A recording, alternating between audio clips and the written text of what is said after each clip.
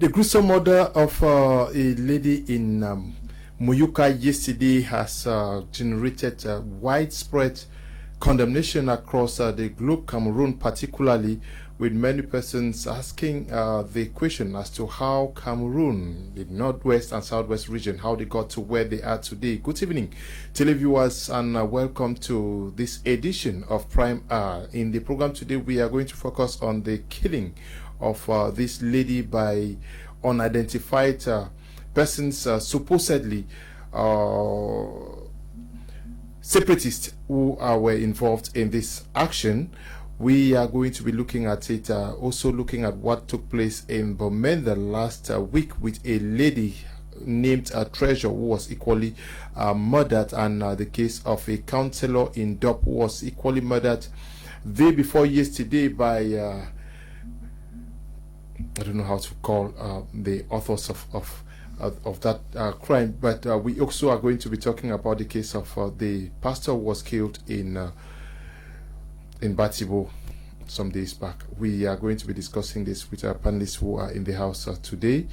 Far Evis Tayon, all the way from Boya, who is a militant of the CRM movement, of Professor Maurice Kamto. We are glad to have you this evening with us. Thanks very much. It's my pleasure making presence. Yeah, with special greetings to all members of the Cameroon Renaissance Movement Party, especially to the Vice President Mamadou Mota, who is still languishing in jail, and the hosts of others for crimes not committed. I repeat, for crimes not committed. And I think that all in all, our wish has been that this war should come to an end, and that's why on our preambles before the presidential election and now, we had one of our clauses that talked about no to the war in the northwest and the southwest. Unfortunately, it has been falling on deaf ears, and see where we are today. Seemingly too sad to see those developments, but people must take responsibilities as we unfold in this program. Thank you. Okay, we equally are in the company of Professor Mark Anthony, who is a Pan-Africanist in the house with us. Good evening, Prof, and welcome. Good evening, Leo. Good evening to my fellow panelists and to you listening to watching us right now. We believe that in relation to the events that are actually happening right now, with a couple of days past gone and the demonic events and murders that we have actually experienced, I don't know how to talk, but they are actually heartbreaking. And by the end of this program tonight, we believe that we would have given our token and contribution to what we think concerning it. Okay. Also with us for the very first time on Prime Hour is Jean-Claude Fils. Yes. Good evening and welcome. Evening. Bonsoir à vous tous. Merci d'avoir une fois de plus convié le RDPC sur ce plateau. Et bonsoir à l'ensemble de vos millions de téléspectateurs. Ce qui vient de se passer est très très grave et d'une gravité extrême dont nous ne saurions même qualifier cette barbarie. Lorsque nous voyons nos concitoyens abattus, franchement, de main froide, de cette manière, au nom d'une cause dont on ne sait pas si c'est véritablement cette cause-là qui va nous rendre la vie de nos concitoyens abattus ainsi. Nous sommes véritablement très très très touchés, et le RDPC présente ses sincères condoléances à l'ensemble des victimes de la crise du Nord-Ouest, particulièrement à ceux qui viennent d'être froidement abattus, tels que la concitoyenne de Muyuka. Nous pouvons tout simplement regretter ceci et demander à ce que lumière soit faite pour une fois, que les revendications de type sécessionniste et tout comprennent que la revendication peut être quelque chose, mais en arriver à se tuer et abattre de main froide nos concitoyens, on se pose la question de savoir pour qui véritablement sommes-ils en train de procéder à cette revendication. Okay, we are also going to be having Tilaris Atia, who is a PhD fellow out there in Turkey. He is on, I'm sure he's live. Good evening, Tilaris, and welcome for the first time from Turkey. Thank you very much, Leo. I would have said I'm happy to be on board the program for the very first time from this end, but the circumstances and the events on the ground are too serious for me to be happy. How are you doing? Well, I'm surviving the COVID-19 pandemic. That is what everybody prays, to survive this phase. But then when there's a ravaging pandemic like this one, and human beings still take upon themselves to kill each other, I think it's a very worrying situation. For us as Cameroonians and for us as citizens of the world, I think that I've hardly had sleep since watching the events that are unfolding back home in the northwest and southwest regions. I will start with you by your take on the video that has made rounds on social media since last night. Your appreciation of where we are in this conflict. Well, I think that we have missed everything. We have missed it. When you look at the events from October and November 2016, and you look at where we are today, it tells you that everything is lost, and we have lost a sense of direction. We have lost our bearings as English-speaking Cameroonian, and there is need for somebody to talk sense to those who are in the bushes and their handlers who are hiding in the diaspora and enjoying themselves. Because it will appear that August has been designed as a period to carry out atrocities, because only in August we had the killing of Treasure in Mainanti in Bamenda, we had the killing of Pastor Tanjo Christopher in Guzang, we've had the killing of a councillor in Gokutunja, we've had the killing of the lady in Muyuka in Makanga, and it will appear that Muyuka is a laboratory of violence in the entire crisis, because that is where we had the killing of Baby Mata in 2019. That is where, I think in Muyenge, where we had Ebenezer Akwanga and his boys, who locked up a church, who kidnapped priests, who sealed the church, who have been burning transport vehicles, among other things. And we've had so many killings already in the month of August alone. So it tells us that we have lost it, we have missed the point. Even calls for a ceasefire have not been respected. We have rather had an increase in the level of violence in the northwest and southwest regions. So it means that there's no good faith. I think there's no good faith on the part of those who are wielding arms in the bushes. Okay. Thank you, Tilaris. We're going to stay. We are going to come back to you. Let's take the first round up here in the studio. Yes, we'll start with you, Professor Mark. You watched this video from Muyuka yesterday, and what ran through your mind? Barbarism, Leo, barbarism. That's the simple and most singular word to use in describing such a situation. You know, I feel like I'm lacking words to actually express what is happening, because since yesterday, I don't know. I'm afraid of seeing the blood of animals, what not to talk about that of a human being. And watching a video, seeing how the neck of a lady is being slit with a machete, that is a crime that I don't think that should be happening in Cameroon in a time like this. And I don't know if Cameroonians are actually asleep or what, because I thought might be the reaction today would have been worse, more people would have reacted over that issue, because it is very barbaric. That is not an act that should be happening in the 21st century. Over no circumstance should such a situation actually be condoned by anybody. And that is why, Mr. Leo, as an individual, I condemn such a situation, and the organization I'm standing with, Pan-African Freedom Movement, we condemn such a situation with all our energy, because we don't expect that another human being should take it upon him to seize the life of another human being. That act is the worst act, that if such persons are not trapped and punished by the law, then we are afraid that things will be getting worse within the near future, because I don't want to think that those guys who did such a situation will claim that they were doing it in the name of fighting for the freedom of the Anglophones. Because according to them, they say they are looking for black legs. I don't think that's a punishment that should be meted to any human being. Even in case whatsoever is happening, they should not meet such punishment. That's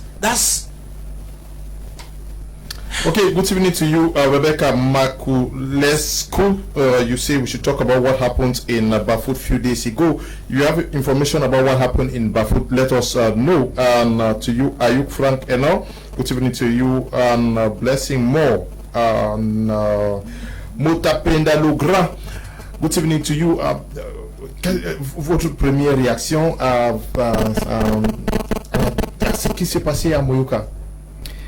Nous ne pouvons qu'être consternés. Et en réalité, nous manquons même des mots pour pouvoir qualifier cet acte de barbarisme. Mais est-ce qu'on peut comprendre d'où ça vient? Rien du tout ne peut expliquer la perte d'un être humain. Et en plus, la manière dont nous sommes en train de perdre nos concitoyens. Même si on est en train de revendiquer quoi, je pense que les revendications sont dans l'ordre des vivants, sont dans l'ordre d'améliorer les conditions de vie de ceux qui sont des vivants. Donc, on ne peut pas venir expliquer l'inexplicable lorsqu'on est en train d'abattre nos propres concitoyens. Ceci est valable que ce soit du côté du gouvernement ou que ce soit du côté des sécessionnistes. Parce qu'en réalité, c'est d'abord l'être humain qui doit être mis au centre et au cœur de la situation. Ce que nous avons vu là, c'est inacceptable. Même sur le plan de notre moralité. Moi, je connais nos concitoyens du sud-ouest et du nord-ouest. C'est pas cette éducation-là qu'ils ont reçue de leurs parents. C'est pas ce qu'on leur a appris. Parce que nous savons que lorsque nous allons au sud-ouest et au nord-ouest, c'est là-bas qu'on part apprendre comment on peut vivre en communauté. Comment on peut savoir vivre avec son prochain. Je vous prends un simple exemple. Moi, j'ai habité à Kumba. J'ai fréquenté à Kumba, du côté de Fiango. Et tout. Vous êtes en train de balayer votre cour. C'est votre cour que vous balayez. Mais tout le monde qui passe vous dit Achia.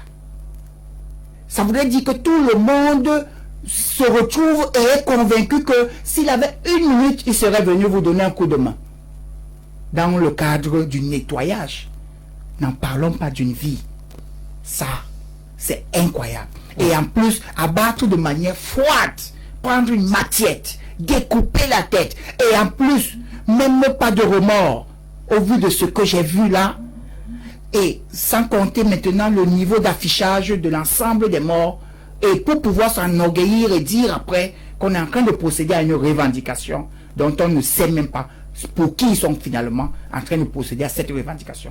Donc nous appelons ici l'ensemble des acteurs politiques, civils, moraux, religieux à pouvoir condamner ces actes, à collaborer pour que l'union soit faite afin que nous ne puissions plus connaître cela.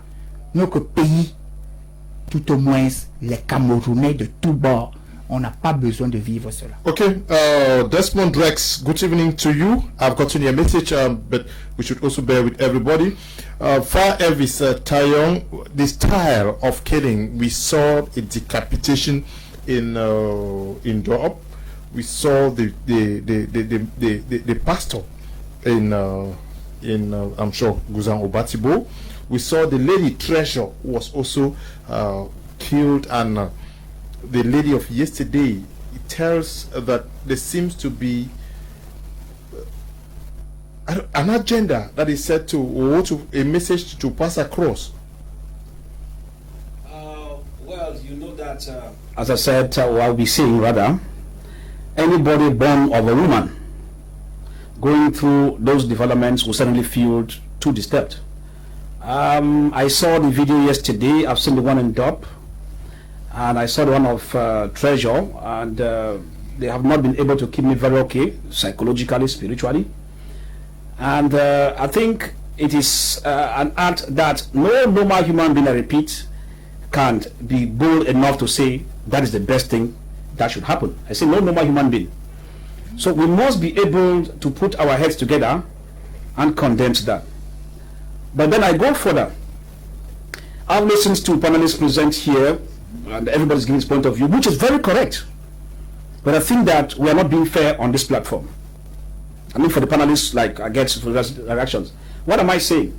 When we have a problem of this nature, we should be able to look at where are we, because there's no justification for killing. I repeat.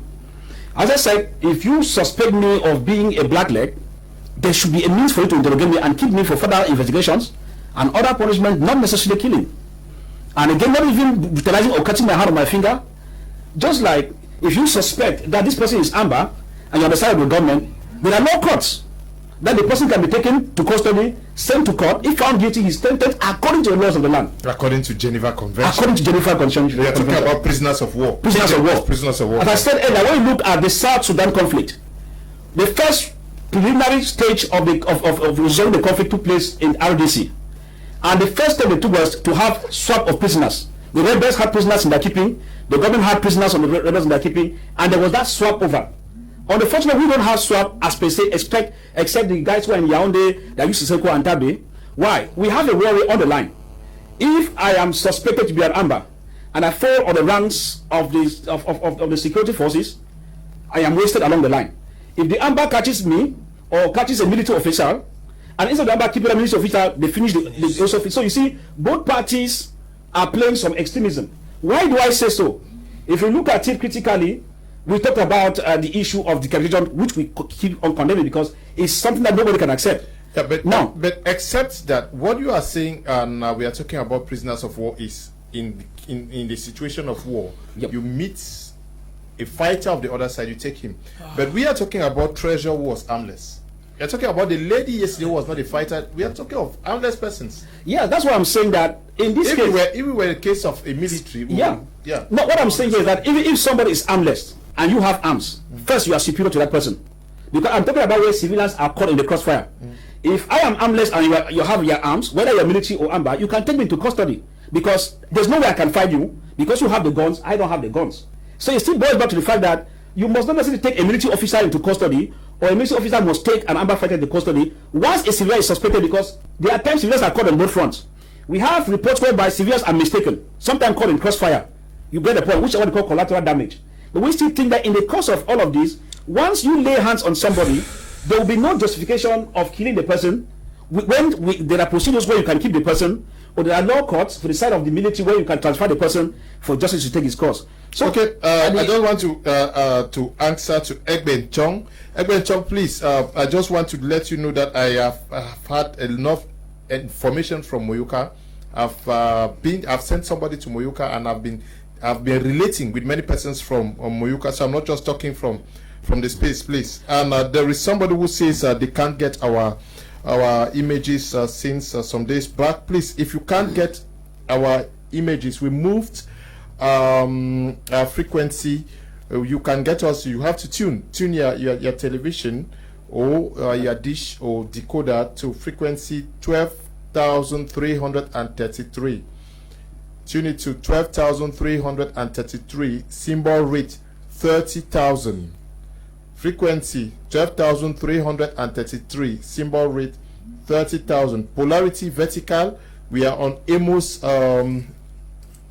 17 satellite. So just landing. So you see, with the incidents we have witnessed, there is a thing we must be able to address here. There is a monster that has been built by a system. And when a governance system fails to address issues that are the root cause, they soon tend to an immediate cause level. And when they tend to the immediate cause level and the right solutions are not attended to with cosmetic solutions, it then goes down to what we call a spillover level. And at the spillover level, it gets to the point where the issues go out of control. That's where we are now. So I think that in the course of all what we are seeing transpiring, we must be able to accept responsibilities. The amber fighters themselves have done it above the levels, and the government must be able to equally take the blame for failing to address the issue and the onset.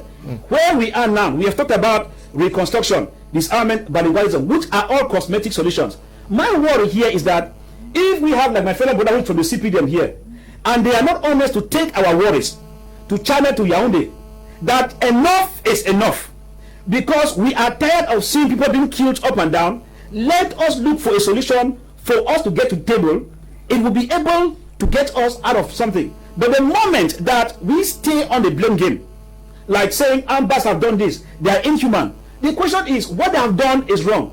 But was there any way that would have avoided this if this crisis started with teachers and lawyers and care was not taken? Up to now, we don't hear on va les neutraliser. On ne peut pas dialoguer, sauf s'ils viennent de faire de séparation. So at the end of it, we are moving off hand. And I think that MRC had taken a stand.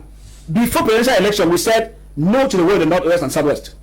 After that, when we went to municipal and legislative election, MRC said we are no longer going for any election because we think that the worries of the North and Southwest have not been addressed. CPDM took us for granted.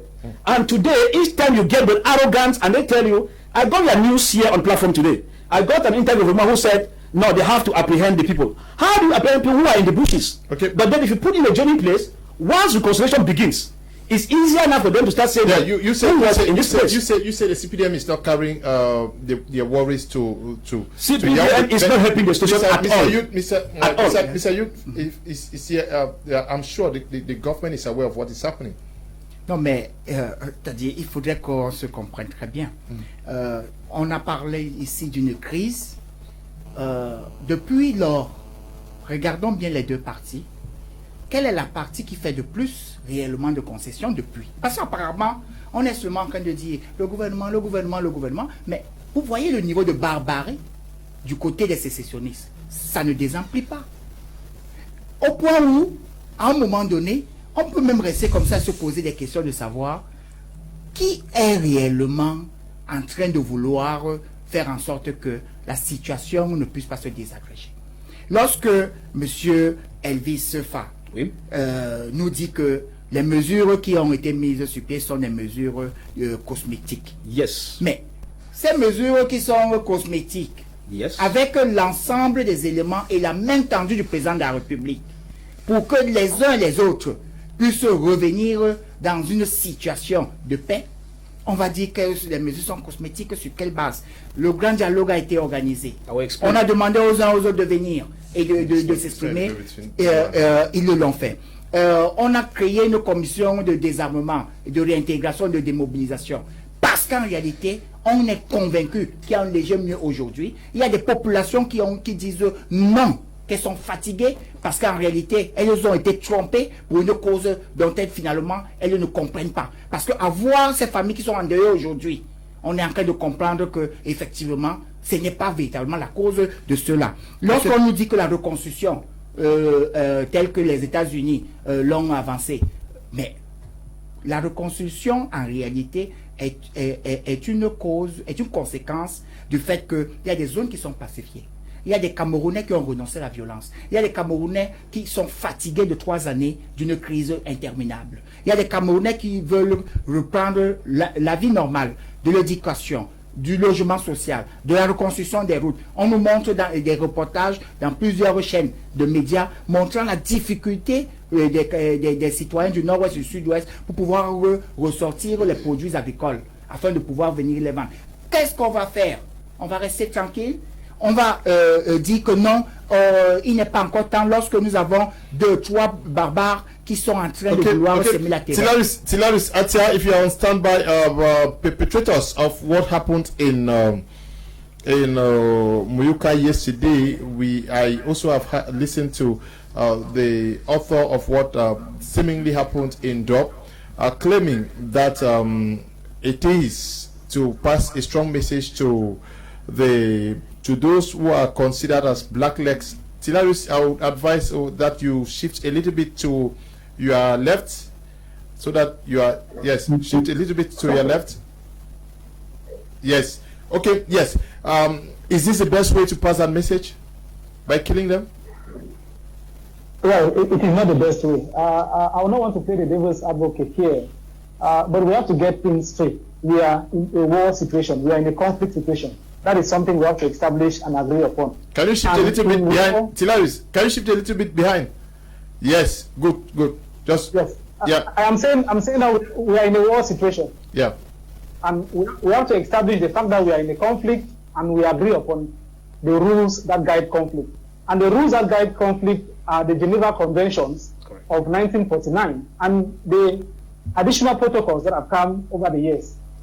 If we cannot respect the Geneva Convention, then we cannot be talking of being civil, because both parties are compelled to respect the provisions. These are international treaties. These are international conventions that contain the important rules that everybody, every party to a war or to a conflict has to respect in order to limit the barbarity of war. Because everybody knows that in war, there's going to be barbarity. And so the international community agrees that there should be at least some rules. Civilians, healthcare workers, journalists, aid workers, humanitarian workers are supposed to be protected. Traditional rulers, priests, imams, and pastors and others, those who are sick, those who are not in war. You can have a military man who is not armed, he's not in war. When they are caught, they should not be killed, according to the Geneva Convention. But all of these conventions, the kidnapping of administrators, kidnapping of civilians, and even killing some of them. So we have failed woefully in the prosecution of the war in the Northwest and Southwest region. The Geneva Convention has not been respected. And for the most part, the non-state armed groups, those who they call unidentified armed men, have failed woefully. We have not seen them show responsibility. We have not seen them take the responsibility when the facts are so glaring. We had the killing of Ayafo Florence on September 29 last year. The killing in Muyuka yesterday is very consistent with what we had in Pinit. So they cannot claim today that, no, they are not the ones. They cannot claim today that, no, they are Tanganji boys, they are government people who have been paid to do all of these things. It doesn't work that way. In a war, if they think that they are credible enough, that they have the firepower to prosecute a war against the state, they should be able to take responsibilities. We have seen them on live video killing soldiers, cutting off their heads and parading with their heads, even putting on military uniforms, among other things. So it means that the Amber boys have agreed that they can face the military, and they should respect the laws that we have. You cannot go and kidnap a girl and call the girl a black leg, and then you kill them. Yes, it doesn't. But Tilaris, when you listen to them, they say they want to pass a message to other blacklegs or possible blacklegs. Is that message going through?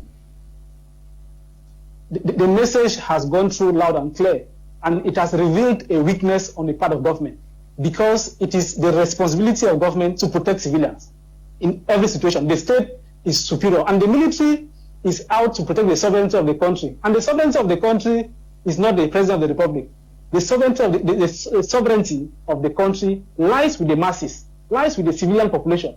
And they only transfer a portion of the sovereignty to the president of the republic during elections. And so it means that the military has to protect the population. And if the military has failed to protect that one woman who was killed in Muyuka yesterday, if the military has failed to protect the treasurer lady who was killed at my 90, it means that the state is at a loss. Something is wrong within the state. And the state has to assume the responsibility and agree that they have failed and take measures to restore sanity. We have government officials who are saying that, no, what we have is not a conflict, what we have is not a war, what we have are pockets of resistance. But we cannot have pockets of resistance with civilians killed every day. Like I said, the balance sheet for August, I think, is about the worst ever. The number of civilians who have been killed and executed in the most barbaric of ways has increased in the month of August. And the people who go out to insult government every now and then, we have not seen them coming out. We have not seen them coming out. If it were a government who carried out this kind of atrocity, I'm not sure things will be the way they are today. So I think that it is time for us as Cameroonians to rally ourselves and put an end to this, because the sovereign power is in the masses. It is not in the government, it's not in the Amber boys. We have to shame those who are supposed to be shamed, and we move on in this country. We cannot be hiding that, oh, it is the government's failure. And at the beginning of this thing, some of us said that it was going to be like this. But they said, no, people were preaching doom and all of that. Because when you go to Bali and you destroy a prison, when you move around, you destroy prisons and remove hardened criminals. This is what we expect. Because when I saw the video of the murder, the person who was filming, the person did not blink. That somebody is hacked with a machete and the cameraman did not blink.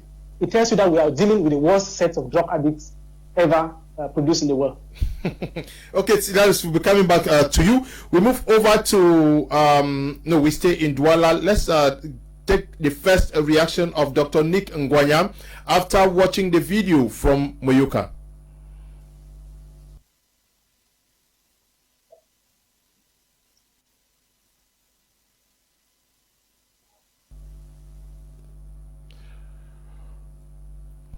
Can we try again, please? Okay, seemingly there's no volume. Okay, we are going to be coming back to Dr. Nick Ngwanya. Can we have Fabrice Lena, the Secretary General of the PAP party?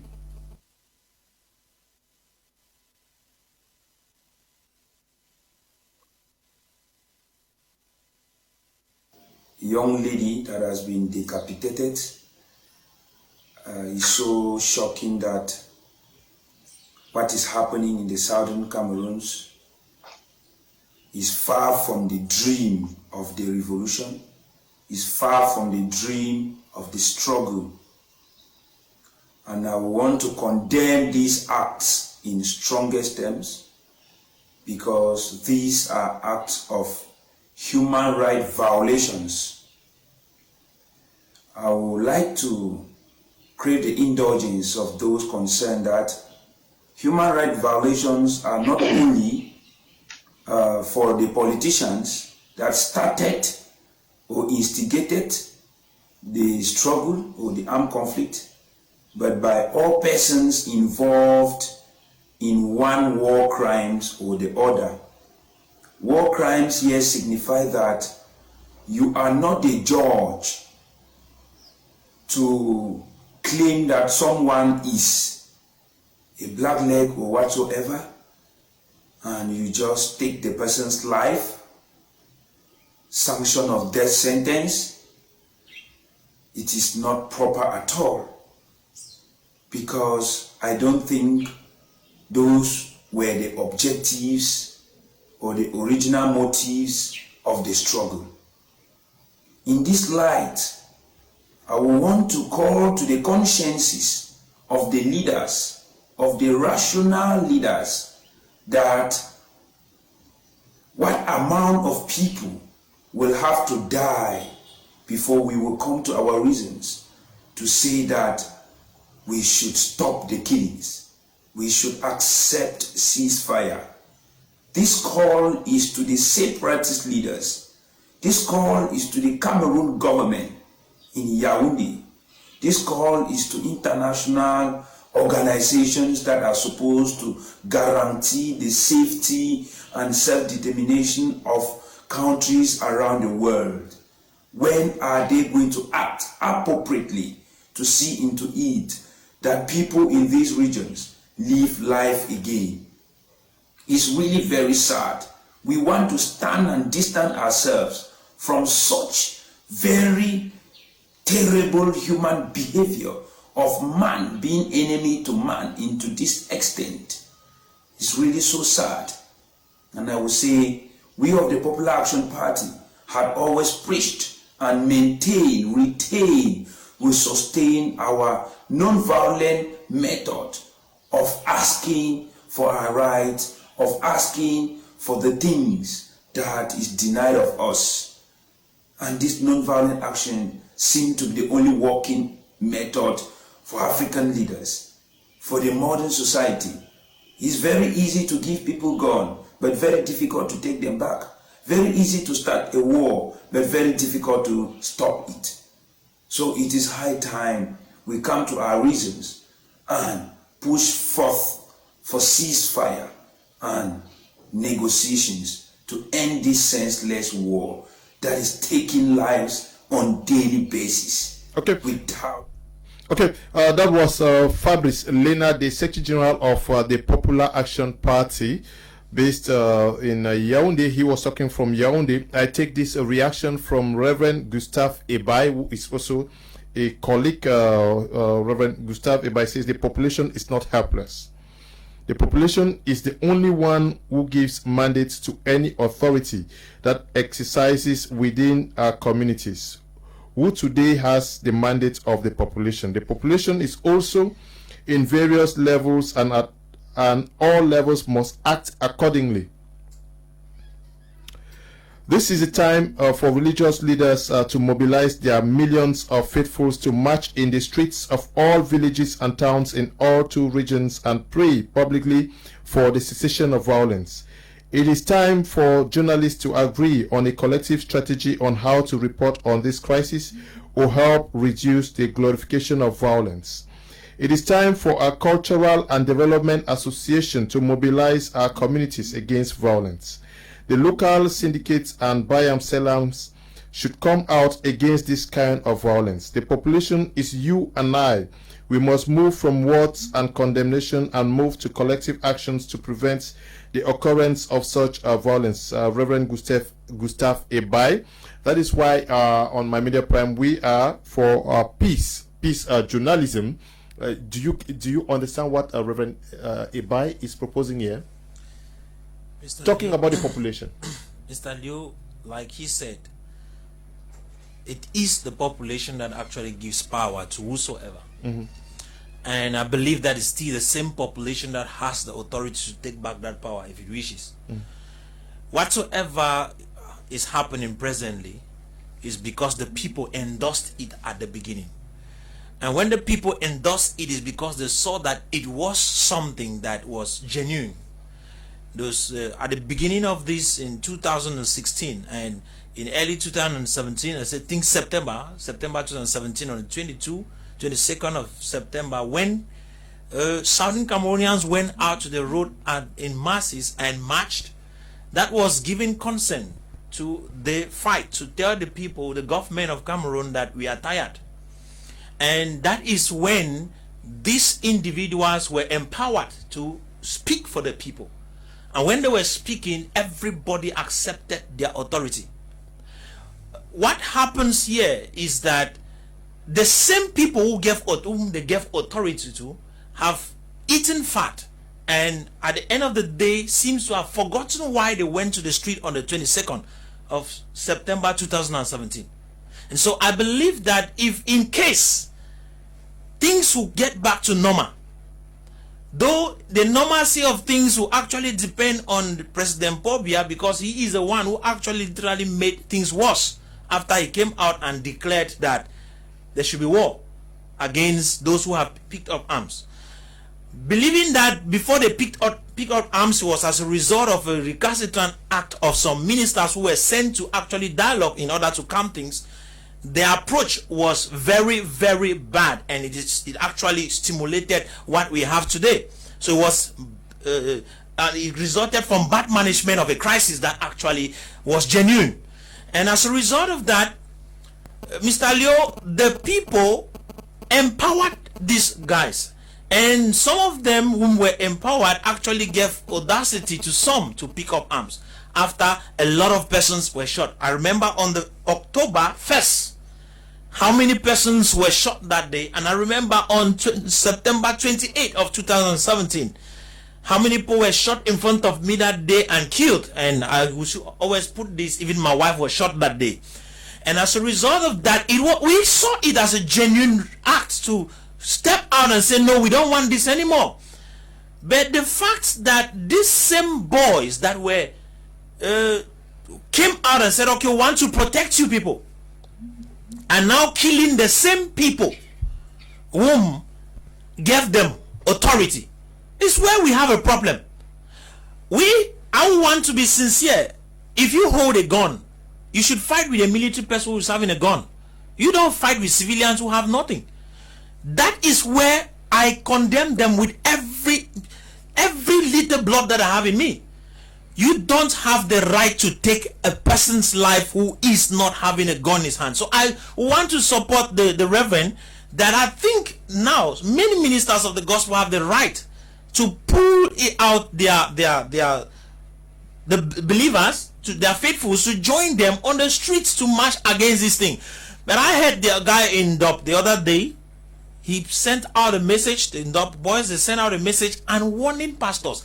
I want to stand here as a clergy. I want to tell you something. If you have never known what it means to touch the anointed of God, I want to be sincere with you. Some of you have decided to destroy your own lives. You don't want ministers of the gospel. Those are peace agents. They don't have any reason to fight you. And so if you start warning ministers of the gospel, you are taking things into your hands, and that's the beginning of your destruction.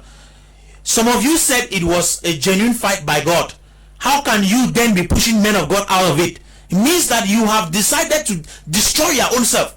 And so, Mr. Leo, from what I am seeing here, this boy seems not to understand that there is a difference between those who empower them. They seem to have seized the power.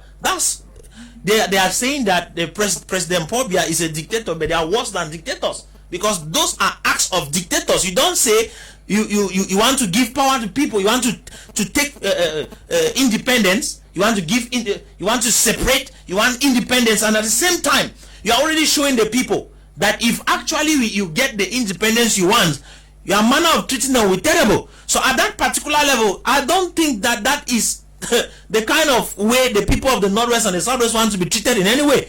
They don't want to be dominated upon. They don't want to be tortured. They don't want to be killed. And we will tell you with simple words. The other day I read something that Capo Daniel wrote concerning the fund of my village. When the fund of my village got up, he received a lot of calls. And he told the people of the village that I think it is time for us to rise up against these people, because now they have become a threat to us citizens. Capo Daniel wrote a demonic something and said the people, if the fund of my village comes to the Northwest, they will kill him. They will decapitate him. That to me is a threat to the entire Kejom people.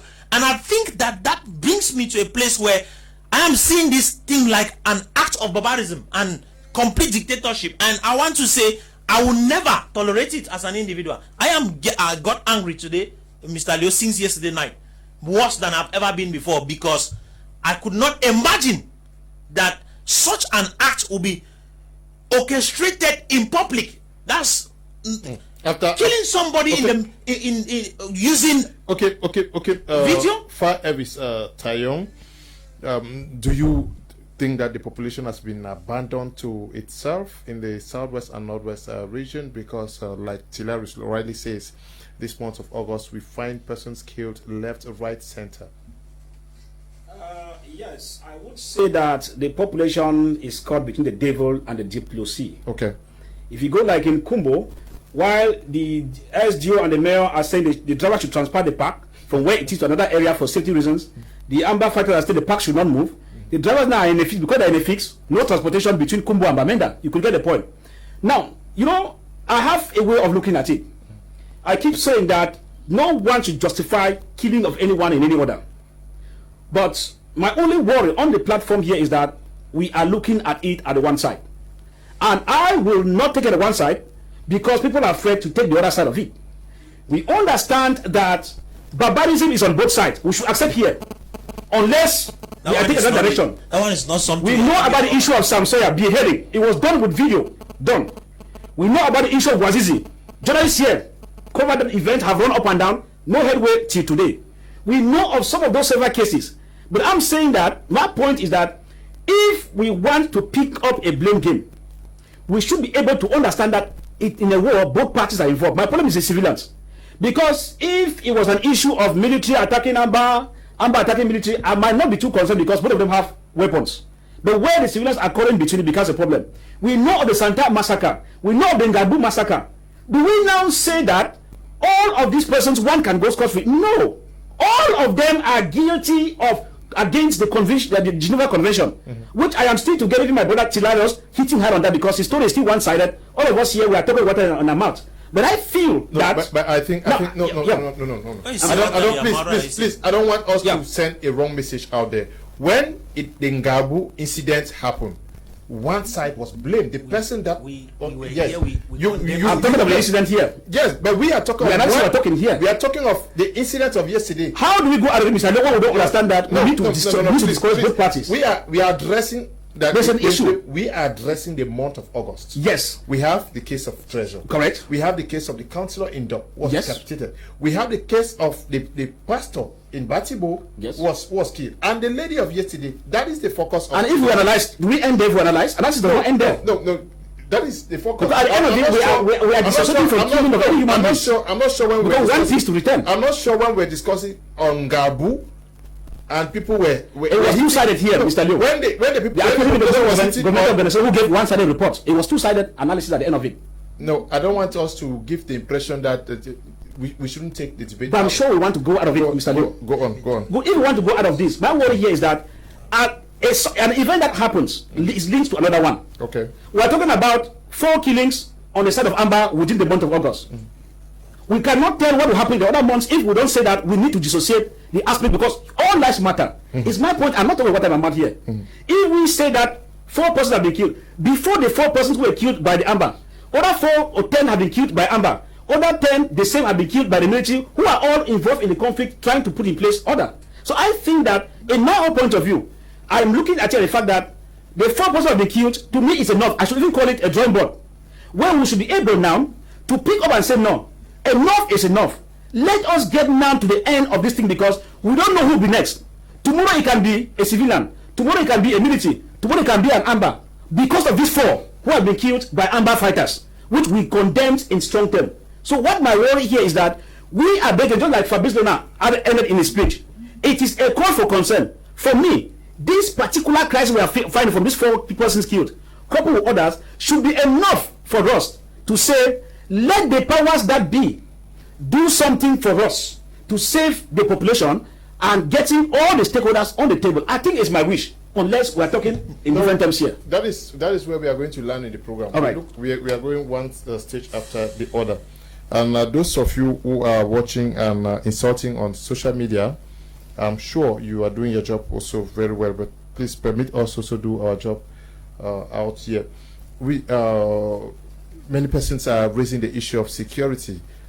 Tilaris Atia says that if persons are killed, it means that the state also has failed to provide security for its citizens. C'est que nous voulons quelque chose et nous voulons aussi le contraire. Apparemment, d'après ce qu'on... Vous voyez que lorsqu'on a besoin de rétablir qui est véritablement à même de répondre de la sécurité des uns et des autres, on dira c'est le gouvernement, mais entre-temps, on est aussi en train de combattre ce gouvernement, en train de l'empêcher de pouvoir avoir ses représentants sur le terrain, en train de l'empêcher à vouloir continuer à faire régner l'ordre public. Et ici, vous avez aussi remarqué, je pense que le professeur Antonio venait aussi de relever un certain nombre de choses. Mais avant de pouvoir y arriver, voyons comment on en est arrivé là. Parce que les uns et les autres disent pourquoi ces massacres, ça voudrait dire que c'est la conséquence de ceci. J'ai dit tout à l'heure qu'on connaît les revendications qu'on appose et qu'on voudrait imposer au gouvernement, mais on ne connaît pas les concessions de l'autre côté des Ambaboy. On ne connaît pas les concessions de l'autre côté des sécessionnistes. On ne connaît pas le sens de la responsabilité de leurs actes. Parce que lorsqu'il a parlé, par exemple, M. Elvis, lorsqu'il a parlé de Garbo et tout de suite, on sait à qui s'adresser, qu'est-ce qu'il faut faire, une commission d'enquête indépendante et tout, et les conclusions sont connues. Aujourd'hui, au sorti d'ici, qui peut nous dire qui va véritablement être garant de la justice pour notre sœur de Muyuka? Qui va être garant de la justice pour tous ceux qui ont été abattus tous ces derniers jours? Qui va nous mettre la lumière dans cette affaire et que on va véritablement nous dire que justice a été faite? Parce qu'en réalité, c'est des crimes qu'on doit condamner, même lorsqu'on est en situation de guerre. Et lorsqu'on vient nous dire, par exemple, que de l'autre côté, ils n'ont pas les armes, je peux même vous dire que si notre sœur de Muyuka était dans une situation où c'était une bombe qui avait explosé, peut-être qu'elle serait vivante aujourd'hui, avec peut-être un bras, tout simplement, ou bien un pied amputé, mais elle ne serait pas morte. Mais nous remarquons que les machettes tuent plus aujourd'hui que les bombes. Les machettes sont en train de tuer plus que les balles des Kalachnikov et des mitrailleuses. Donc, conclusion, ça voudrait dire qu'on ne dise plus que ces gens sont en main nue, parce qu'ils tuent parfois même plus que ceux qui ont les armes. Donc, c'est pour cela que nous devions nous inquiéter de la manière des dérives qu'on est en train d'observer. Qui va être responsable des actes et de la barbarie qu'on est en train d'observer aujourd'hui? À la longue, on va toujours retirer la conclusion que personne n'est en face, alors que le gouvernement vient faire ces choses. Mais pourquoi le gouvernement vient donc rétablir cet ordre? Quand il va donc vouloir insister, on va dire, oh, l'armée est en train d'apporter une répression très forte, il y a une disproportion, pourtant que c'est une guerre asymétrique. Donc, ça, c'est des éléments qui existent. Lorsque on nous dit, par exemple, que le gouvernement n'a pas véritablement montré des signes d'apaisement, n'oublions pas, on est parti des revendications corporatrices, où on a dit, la justice n'est pas une justice où au nord-ouest et au sud-ouest, on peut se retrouver. Il y a une session du common law qui a été créée à l'ENAM. Mais ma question à toi has to do with security. I'm trying to let you explain to us whether the government has been able to provide security for its citizens, because Atatilarus clearly states that if that lady was killed, it's because the government failed to provide her with security. Treasure was not secured. The councillor was killed in the... They were not secured, which means that in the days ahead, who knows who's next? Yeah. Non, mais il faut qu'on soit véritablement clair. On ne peut pas mettre un militaire ou un gendarme ou un policier derrière tout citoyen dans un pays. L'armée n'a jamais été à une proportion du nombre des habitants. La sécurité est d'abord un élément collectif. C'est nous qui devons d'abord garantir la sécurité. Parce qu'en ce moment-ci, ceux qui ont tué, avec cette manière aussi effroide, nos sœurs de Mouyouka, ils vivent avec nos concitoyens aussi. Ils sont voisins de quelqu'un. Ils habitent quelque part. C'est à nous de pouvoir d'abord collaborer et de dénoncer ces actes et de dire maintenant que force doit revenir à la loi. C'est à partir de ce moment-là. Donc l'armée et le gouvernement ne peuvent que compter sur la collaboration des concitoyens. Et nous saluons le fait qu'il existe déjà des concitoyens qui ont commencé à collaborer. Et c'est pour cela qu'en réalité, la relation entre l'armée et le citoyen est en train de créer un climat d'apaisement dans les régions du nord-ouest et du sud-ouest. Donc la garantie ici du sécuritaire est l'implication de la population, est l'implication de nous tous, est l'implication des élites, est l'implication des religieux, des politiques. Parce que c'est d'abord un élément collectif. Donc, l'État maintenant va apporter les moyens nécessaires pour pouvoir apurer et accompagner cela.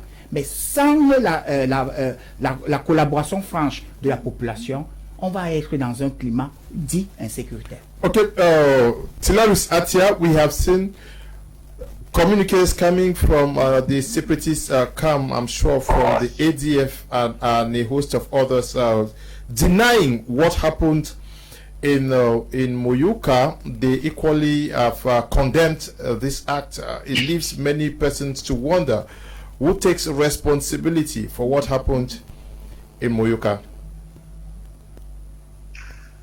Yes, no. Just to quickly react to what the other panelists said about government not being able to provide each citizen with a soldier or a police officer to secure them. The President of the Republic has an army that protects him. The governors, the administrators have armies that protect them.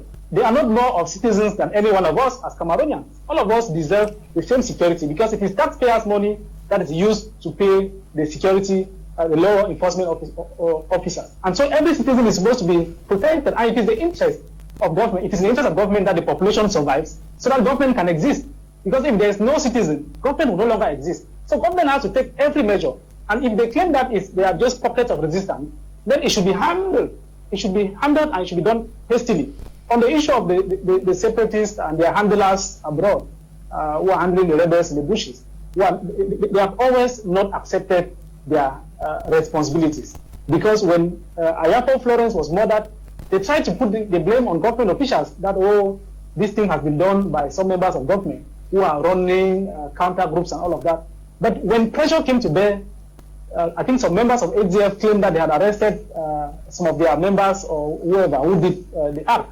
We've had Ayeke in Libya Alem and P. Masha and others kidnapping civilians, kidnapping children.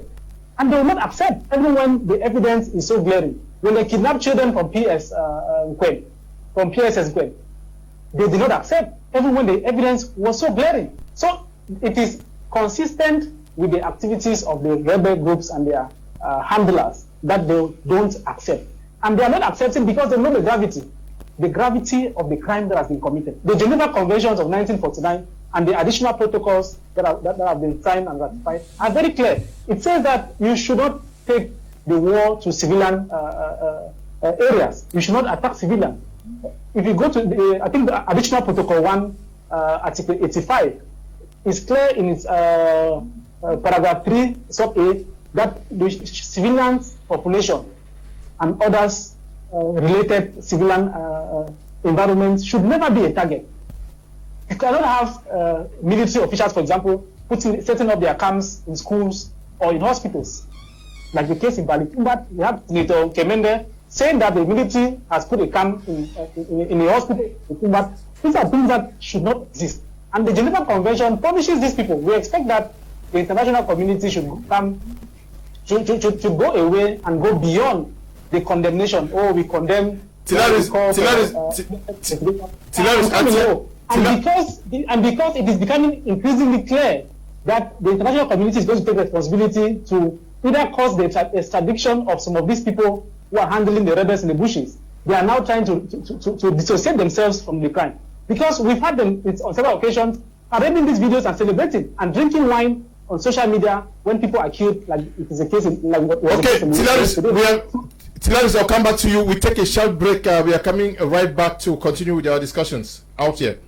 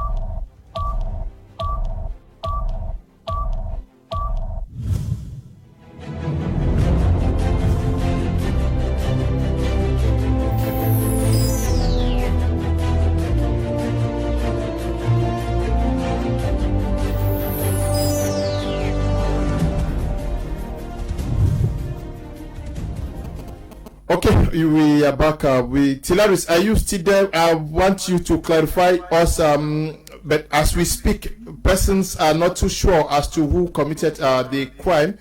But we are having information that the lady in question was interviewed before the action. If that video is ready, can we have a listen to the lady before her demise?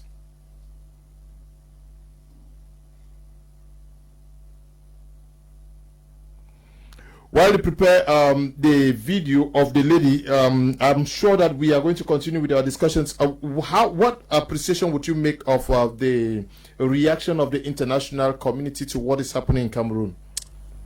Mr. Leo, so far, I can't say I've gotten anything bad for some few individuals who have responded, who have spoken. I think it is not a good situation. But I will say I love the way most Cameroonians have actually spoken concerning it, and precisely Cameroonians coming from the northwest and southwest regions, they have responded to it. But Mr. Leo, you see, the issue is not all about talking. We actually expect that something should be done to resolve this particular problem before it is too late. Why? Because a lot of lives had already been taken away. If we are seated here and talking, I've seen that there are some individuals on social media who know how to talk much on social media. I want to say, if you have been following us on this platform, we condemn any act that comes with murder, precisely being from the military direction or from the amber direction. And I remember when the Gabo situation happened, we had the war came up on it. The war came on this issue. And people spoke. We condemned the military here. We condemned the government here. We spoke against the government here. This issue has happened. I remember when baby Martha died in Moyoka. We didn't take it light. Everybody went off talking. Okay, the issue is not about the talking, because since we have been talking and talking and talking, yet people are dying. So the question is, how do we stop this issue? Like I said when I was talking earlier, I said there is just one person that is having the yam and the knife. It is true that Jean-Claude Youth just said that the government has brought up he said the national dialogue, brought up different commissions to be able to resolve the problem. On ne peut pas instituer une commission de désarmement quand il y a encore la guerre. That is a practical impossible situation to happen. When this thing was done, we said it cannot work first, because you can't still have people with guns in their hands. The military still shooting. They are shooting. There you say there's disarmament. Who are you disarming? I mean, that's something that cannot happen. We look at the reconstruction. You cannot be reconstructing a place where there are still guns on the streets. So that is something that I would take with the part of Elvis when he said that it is that those are cosmetic solutions to a problem. Okay, can we take a listen? Can we take a listen to the lady before she was killed?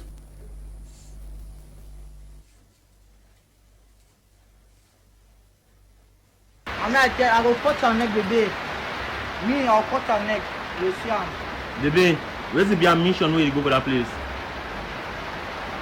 I want to go there. I go there. I go tell the man to me. I know he come here again for you because they say my brother pay them for please the way they take time my brother. I think I know lying with them. I know he come here again for this place. I'm gonna make for for you see them so my brother will start to lock you. So I be saying so they me I know lying with them. So okay, don't take time my brother. I say na this na go there. They don't see my brother. This is me coming for this time place again.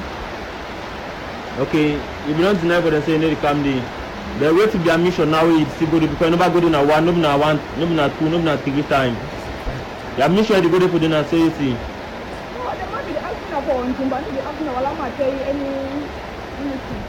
Okay, because asking and Jimba. You go for this so you be black leg right, you know so. Yeah, you know fine. As you go for the you go for I have to go there to say so. They are not coming again for this time for this place. What they say, when money come for here, they look na black label because them not people they will like them. Maybe na people they you find us know. Yeah, so I tell them say they are not coming for this place. You want to try to tell me say as you go for that place soon. You one day you go there. I don't want to give you no information. Okay, that is the lady who is explaining her situation before she was killed, and can we better appreciate what happened in Moyoka? Mr. Leo, I'm getting to be more disturbed because already they caught this lady. They had all the opportunity to do much investigation concerning her situation, and questioning her, from her response, she says the military people actually wanted her as a girlfriend. That is a situation that any lady can face. And if in case you don't believe her story, you should go further in investigating. Right? The other young man there was literally saying, I will cut your neck. I mean, he was ready to kill him, to kill her. With that kind of intention, you didn't expect anything more. So already it was like they had planned to destroy the life of that lady, to use it as an example to pass their message. And sincerely, it is an evil message you have surely passed. You passed your message, but it's evil. It's not a good message. What happened there in Moyoka is a crime that we should not tolerate. It is condemnable and should be condemned by every means. So, Mr. Liu, I can't be telling you that I will be condoning with such a situation. It is evil. That young girl does not deserve to die. She didn't deserve to die. Because a young man has a machete in his hand, or maybe think he has a lot of power. That's a crime behind this issue. Can we take another listen to that scenario out there, Eli? Because many persons are questioning why I'm talking about black leg, why I'm talking about this. Let's take another listen.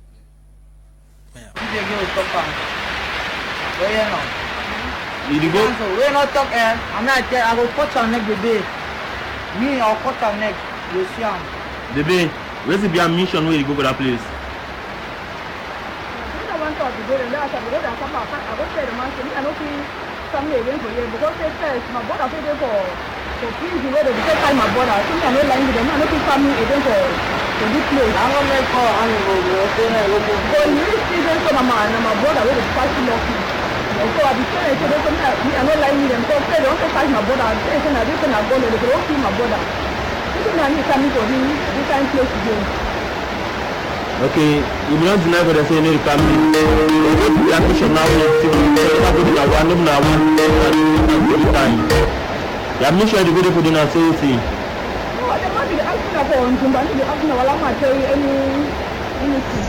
Okay, because asking and Jumba. You go to this, you be black like I know so. Yeah, you know fine. I should go to you go Anytime I because I be saying so they don't come again this time to this place. What they say, no money come for here, they look na black label because them not people they like them. Maybe na people they you find us no. Yeah, so I tell them say they say I not be coming for this place. Yeah. You want to tell me say as you go for that place so you are one day you go there. I don't want to give you no information. Yes, so that is the lady who was killed in Moyoka. We have all watched her, listened to her. Did she deserve to die? Well, I think that it still sends more shocking waves on our spinal cord.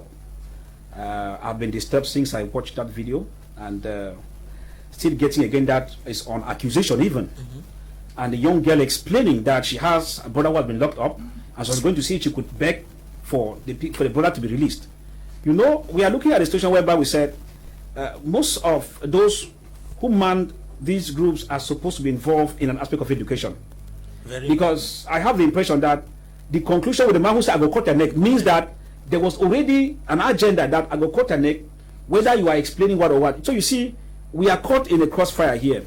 That's why you see I said that while we are condemning this sincerely, we think that as this conflict continues, if it does not come to an end, we will get worse scenarios than this.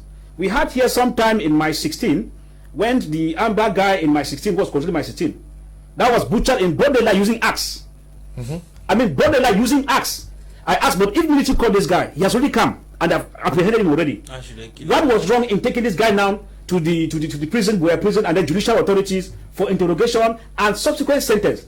I say he was killed at my still affected junction using an axe because I think they sure the God is not entering because he had on the issue. You see, so you see, my worry as still coming here is that we have refused to solve this problem caused by the regime. That's why my brother here, youths, my good friend, the CPDM militant, should be able to know that all those persons who said that there's no Anglophone crisis is a worry we have now here. Then for 4 years running, it's abnormal that Parliament does not put Anglophone crisis in the agenda. These are the kind of things we're harvesting here. And we cannot condone this because I am touched as I'm speaking here. It is not an issue of emotion, it's an issue of human life. How long shall we get these more errors? A council decapitated, head completely removed, 2 hands removed completely. And we see in Yaoundé, air conditioned offices, and CPDM people are blowing grammar in the air. Le gouvernement a fait, which gouvernement a fait? Look at it. I said in this platform, Mr. Leo, when they talk about reconstruction, I said it failed on arrival. Because in conflict resolution, you don't take shortcuts. If you take shortcuts, you get wrong results. Once you see in Yaoundé, there is a conflict between you and the separatists or the Ambas. You hold a meeting without them present. You bring CPDM and family members to sit in Yaoundé. Regard the consequence. You get there one morning in conflict resolution, even in South Sudan. South Sudan did not create disarmament. They did not create reconstruction. They created what we call conflict resolution mechanisms. They sat in DRC, went to Egypt, went to other countries, came back to Juba, settled the scores. Then they started reconstructing. Cameroon is only at an extreme as a kangaroo system whereby they will sit on this platform and other platforms. Le gouvernement a fait. Si le gouvernement a fait, pourquoi des choses ne marchent pas? On continue à avoir des morts chaque jour. Ça veut dire que des méthodes mettées sur place, c'est cosmétique. Il faut qu'on accepte ça devant tout le monde. C'est donc que j'ai prié seulement à mon frère, cher frère, Aidez-nous, s'il vous plaît. Allez à Yaoundé. Dis à comité central de l'RDPC que le gars de MSC a dit que il faut que le RDPC s'arrête pour nous aider. Pour que la fête de crise anglophone, ça s'arrête. Il faut qu'on vive en paix. Merci mon frère. Aidez-nous. Mr. Fils, your reaction to the international community's reaction to what is happening in Cameroon, because we are talking about a case that took place yesterday. This is just one of the series of others that have been taking place, and who knows that they may continue. Are you too comfortable with the situation of the international, or the take or the stance that the international community has taken towards what is happening in Cameroon? We remember that when Floyd George was killed in when he died in the US, we have African heads of states, even in Zimbabwe, very who said that people, they should stop doing what is happening in the United States of America. But we see people die in Africa every day. Seemingly, nobody is seeing what is happening. African lives don't matter. Bon, là, c'est plusieurs questions au même moment. Mais en ce qui concerne la réaction je suis d'accord, la réaction de la communauté internationale. Oui. Mais je pense même que cette communauté internationale, surtout celle qui était d'abord au départ divisée, soutenant la cause de certains velléités sécessionnistes, est tout au moins très embarrassée aujourd'hui, parce qu'en réalité, ça devient véritablement de l'inédit pour un pays de droits de l'homme et de démocratie d'admettre, soutenir ce niveau de barbarie. Donc, je pense que ici, la communauté internationale va prendre ses responsabilités et va finalement, enfin, puisque c'est elle qui abrite certains leaders sécessionnistes, c'est elle qui laisse faire en ce qui concerne les financements. Parce que vous savez très bien que si nous avons atteint un certain niveau de radicalisation aujourd'hui, ce n'est pas parce que forcément la crise s'est enlisée, c'est parce que certains qui vivaient de cette rente, les transferts d'argent et tout, ne viennent plus comme ils imaginaient, alors ils entrent dans une autre forme de barbarie. Le problème ici est que comment pouvoir structurer et les entendre. Nous avons vu le cardinal Christian Toumi qui a voulu créer et faire la conférence des anglophones pour qu'ils puissent se parler, afin qu'ils puissent sortir de là avec un certain nombre de résolutions. Certains du nord-ouest et du sud-ouest lui ont dit non, nous on ne te reconnaît pas dans cette affaire. Le gouvernement n'a pas soutenu cet effort. Non, mais quand vous savez très bien ce qu'on appelle que le gouvernement ne soutient pas. D'après, par exemple, le décret organisant les associations de 90. Si le gouvernement ne voudrait pas d'une réunion, on ne vous délivre pas une autorisation de manifestation. Ça, c'est clair. Donc, s'il n'y a pas eu cela, ça voudrait dire que le gouvernement soutient. C'est ça le principe. Donc, maintenant, pour revenir, lorsqu'on nous dit que il faudrait que le gouvernement du RDPC et tout puisse prendre des dispositions, ce n'est que ce que le président de la République ne cesse de faire. Mais maintenant, on dit que il y a sur le terrain des radicaux qui n'écoutent personne, qui parfois même en réalité sont même à contre-courant de ce que leurs leaders peuvent vouloir dire.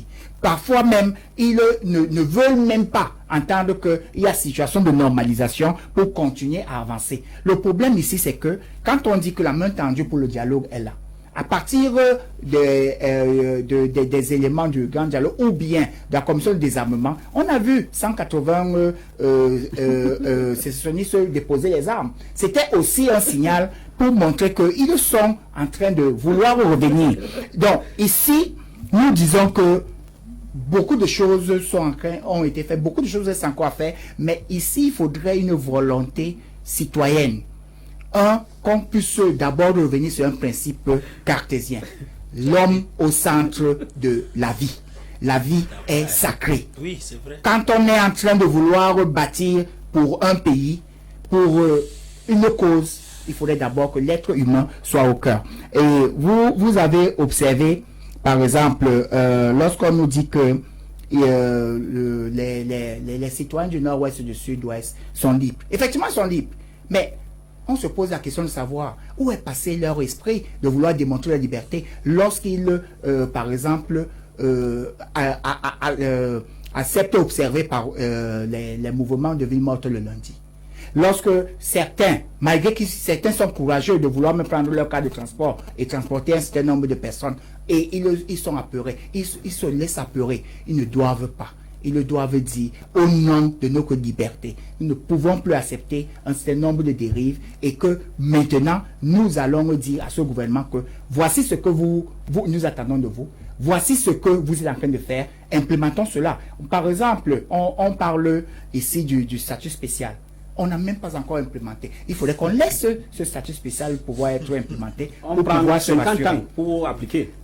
On y est. Voilà par exemple le common law. Voilà par exemple le common law qui est en train d'être appliqué. Et vous avez vu cette vidéo de tout à l'heure. Cette vidéo nous inquiète parce qu'en réalité, quand on voudrait gouverner et qu'on n'a pas l'esprit de tolérance ou bien de justice, vous voyez, uniquement par un interrogatoire ou de l'interrogatoire, on est parti et on a coupé la tête. Okay. Mais il y a de quoi s'inquiéter. Okay, let's listen to Dr. Nick Ngwanyam. React to what happened in Moyuka yesterday. Was killed in somewhere in Batibo in the northwest region just recently. A young girl was brutally murdered. I understand there was another teacher who was killed and his body was dumped in a stream in my phone pen, and his motorcycle was parked just by him. If he had fallen off the motorcycle in that stream, motorcycle would not be properly parked like that. He was killed and dumped there, one would say. And then, this one of the woman murdered in Moyuka, just one too many. We cannot continue like this. Brothers, be human. We are all becoming animals. Sorry about that. Odeshi is not the right spirit. It is the truth. It is love. It is the respect for life. It is the respect for merit, the respect for each other that is going to pull us through. And killing, be it by Amba, the good Amba, the fake Amba, the government or whatever, is not the right way. Violence should stop. Please, let's stop this foolishness before it gets out of hand. Rwanda is speaking to us.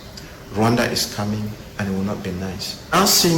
We are seeing a couple of gruesome killings in Cameroon, especially in the northwest and southwest regions, in the last couple of days, 2, 3, 4, 5 days, so to speak.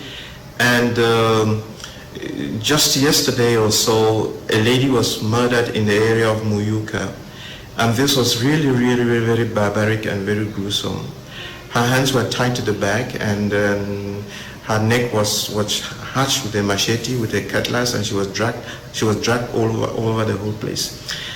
It's very, very sad that we are seeing this kind of thing in a revolution whose purpose was to look for that better country, so to speak, where human rights are respected and people are respected and there's the rule of law. We see here that the way things are going is not very healthy. And if this is the way we are going to rule, to fight for this, or to get a country and run by hacking people who probably just think differently, or whom you suspect for one thing or the other, what we would call extrajudicial killing, just killing people based on emotions or whatever, or even if what they have done is true, just killing people like this, cutting them off like chicken is really not the best way to go. And we can see that this is the spirit of death, the spirit of Odeshi. It's really, really very unfortunate, and no right-thinking human being would support this kind of thing. It's very, very unfair, and we like to condemn that in very strong terms. It's not a nice thing to do to anybody. It's not. You should do unto others what you would like done unto yourself, done unto you. And where there is the absence of the spirit of love, truth, merit, respect, justice, we see all sorts of things happening to the human race, which is not very, very acceptable. I feel so bad about it. I didn't have the courage to go through it twice. I saw it the first time and I kind of just tried to go through it so that I really know what is happening. Okay, Tilaris Ati, are you there? I want us to take another view of what happened in Muyuka, before that lady was killed, let her tell us the reasons why she was taken and how she struggled to plead her way out of those who took her in. Can we have another listen to that video, Eli?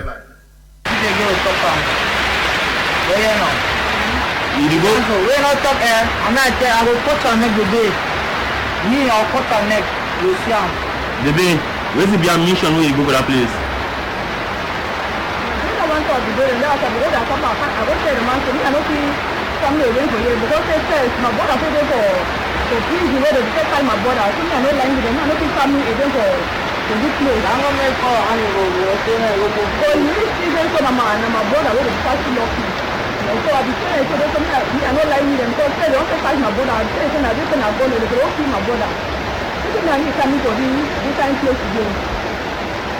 Okay, you don't deny for the same family.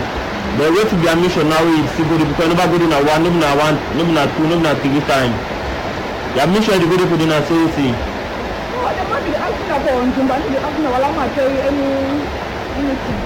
Okay, because asking and Jumba. You go for this, you be black like writing also. Yeah, you know time. As you go for the you go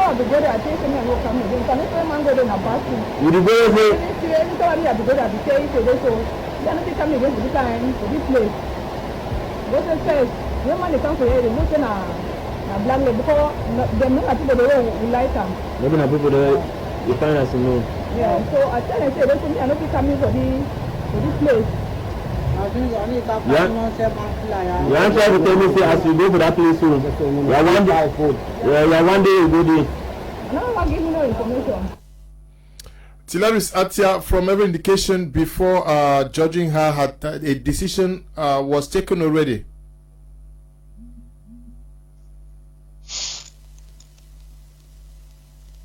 Hello, Tila. Yes. I think after watching that video, there's no doubt the person who takes responsibility for what has happened. Initially, I said that the murder or the killings in Luka were consistent with previous atrocities carried out by the non-state armed groups. And it is evident today, after watching this video, that they take full responsibility for what has happened. And it tells you that the armed groups have no specific goal any longer in the northwest and southwest regions. No one knows what they are out for, because it started with my trip to Bola, it started with so many other things, and we have been going on and on. And I don't know if they will be going to Bola without citizens, because if everybody is killed, if everybody is considered a black leg and they use instincts to judge people and not conventions, established conventions, then we are going to be in a state of anarchy if ever there was going to be a state of Amazonia, because what explains the fact that they could not listen to somebody, they could not give a rational thought to the explanations and the pleadings of the woman. So, like I said, I saw a group of boys who are high on drugs, who have no goal, who have simply had an escape route, maybe from banditry. They have now had another way of taking money from harassing people and making money under the guise of the struggle.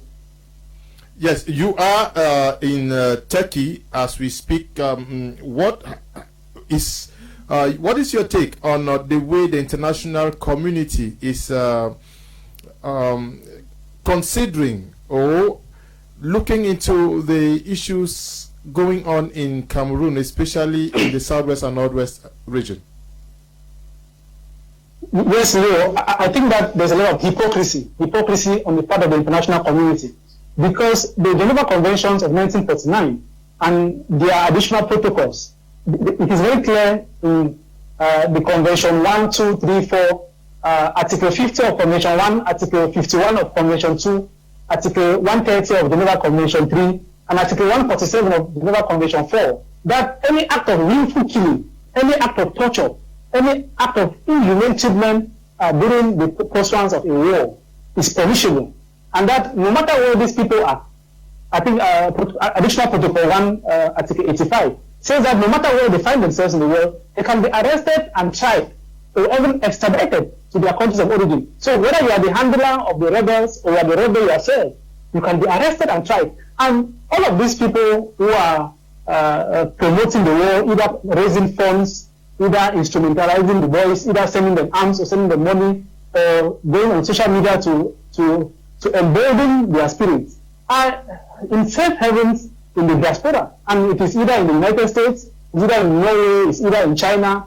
All of these people are part of the United Nations. They are part of those who are supposed to protect and ensure that the Geneva Convention is implemented. The most they can do is to issue statements and say, okay, investigation should be carried out, perpetrators should be punished. We need to see action. We expect that those who were part of the Ngambu massacre, for example, they should be tried in open court, and we see and know that justice has been served and sin has done. It should be the same case everywhere, whether it is in Pinyin where people were killed, whether it is in Guzang, whether it is in Muyuka where Baby Mata and the lady who has been murdered, whether it is those who sealed a church, whether it is those who went to a market and kidnapped people, or those who go and open fire in a market, those who have occupied medical facilities as military bases or schools. These people should be punished. I think we have to go beyond the rhetorics of we strongly condemn, it is a horrific sin. No, we no longer have to be there. We have to take action. And the international community has to stay clear of the hypocrisy. We cannot tolerate this kind of thing. People are dying, and the most we have people do is to put up statements. I can put up a statement. A statement does not suffice. We expect action on the part of government, on the part of the non-state armed groups. And if the both parties, because the onus is on government to take action to ensure that the population is safe. And if government has failed and they feel that they can no longer be able to secure the population, they should seek international support. There is no shame. There's no shame. Okay, there is no shame. We have watched and listened to that video. Professor Mark Anthony and hilarious things that justice should be done and seen to. How do you get these guys to face justice? Mr. Leo, I think that the same mechanism through which they use in investigating to know actually those who did the gruesome murder in Gabu could still be implemented to sort out these guys. But that notwithstanding, I believe that if these the separatists, let me use the word, the Amber Boys actually have a genuine reason for fighting, then I think they too should look for strategies to sort out guys like this amidst them, because I believe that is also a means of actually tainting the entire revolution. If in case they believe that they have a revolution in heart, they should prove to the people of the Northwest and Southwest that they are not the ones that have given the go-ahead for people to be beheaded. They're not the ones who have given the go-ahead for people to be killed openly like that. I listened to a message the other day. I think a voice was talking about a lady that was killed in Bamenda Treasure, and it was being justified that she actually was dealing with the military people, and she was pointing out the hideouts of some Amber Boys. I think that if they already had her, she was supposed to be kept as a prisoner, not to be killed, because killing is not the solution to the problem. And so, Mr. Leo, finding out how we can bring out, it depends on the Amber Boys themselves. I think they should be able to identify those who are recalcitrant amidst them, those who are actually perpetrating these gruesome acts of murder. They should arrest them and bring them forward, because I'll be sincere, like Hilarious just said, no act of barbarism in fact, you can't go against the Geneva Convention and end up saying that you escape. At the end of the day, all of them will be judged, be it on the military side or on the Amber side, because some of them are thinking that might be because they are using the term rebels, they might not be judged. Only the military will be judged. No, they will be judged. And those who are supporting them, who are actually sponsoring them, those who are in the United States and other nations who are actually backing them up, they are the ones who pay for this. So I don't know if they are going to sit and watch their names being dragged into mud through this kind of destruction. And Mr. Leo, as I will still come back to say, at the end of the day, after all the talking, like Hilario said, it is not all about us talking. We want to see actions. want to see some steps taken to solve this problem so that death should stop. For you can't imagine that we have been talking for 4 years. Our president is saying nothing. He should be the one to stand up and call for an end to this. I remember I said earlier that in 2017, November 2017, he openly called for war. And as a result of that, he should still come up and call for a ceasefire. By the time he does that, this thing will end. Okay. By the time he does that, this is going to end.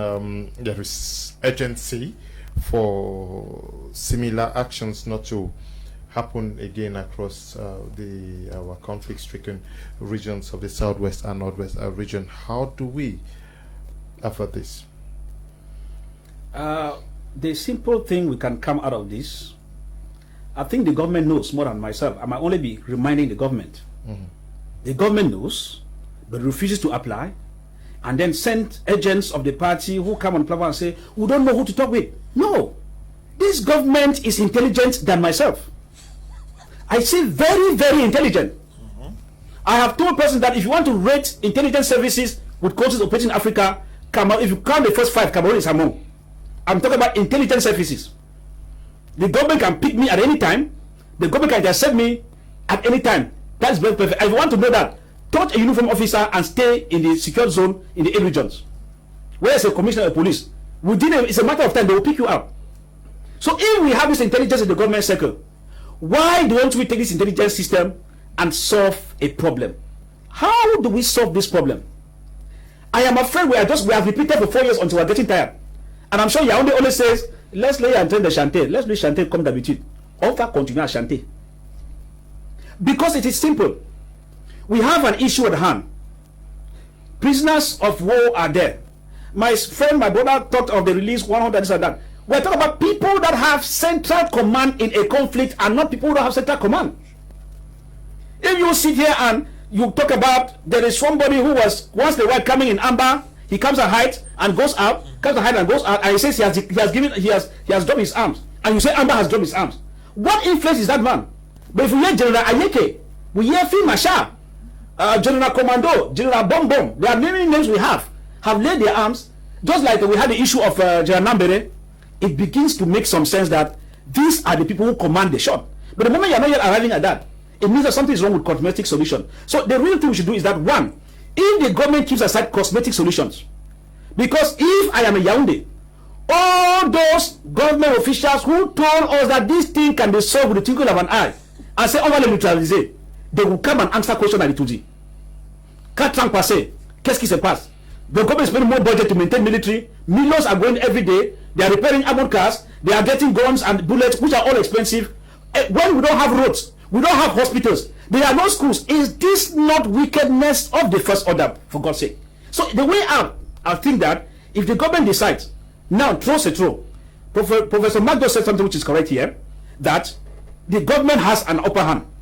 Government is a recognized government that they are members of the African Union, members of the Commonwealth, members of the Francophonie, members of the United Nations. It means that with the virtue of these positions, the government has what it takes for this world to come to an end. Just queue up with a chair, Tilaros. If the government means business and it's above them, they could call for backup. Therefore, I say that there is an aspect of bad faith. Government is not willing to, and gives us the excuse that they don't know who to contact. But I think that in the principle of conflict resolution, as I keep repeating over and over, my brother is here listening to us very well. If the government decides today, what do you want us to do? In Colombia, war, 50 years war, 50. That means they give birth to you. 50 years you are getting old. War is still going on. If the government could come to table with FARC rebels who had killed, kidnapped, and done many damages, and war came to an end in Colombia, why would Cameroon's own case be very, very difficult? How do we stop these killings? Première chose, volonté de toutes les parties à vouloir ramener la paix. Volonté de toutes les parties à considérer que le Cameroun est un et indivisible. Volonté de toutes les parties à considérer que le Cameroun se fera avec l'ensemble de ses citoyens, hommes et femmes, vivants et non morts. Maintenant, je voudrais juste répondre un tout petit peu à M. Elvis que le gouvernement continue à dialoguer. Mais en réalité, vous-même, vous savez que lorsqu'on commence à mettre sur la scène, Nelson Mandela a dialogué pendant très longtemps avec le gouvernement de l'apartheid.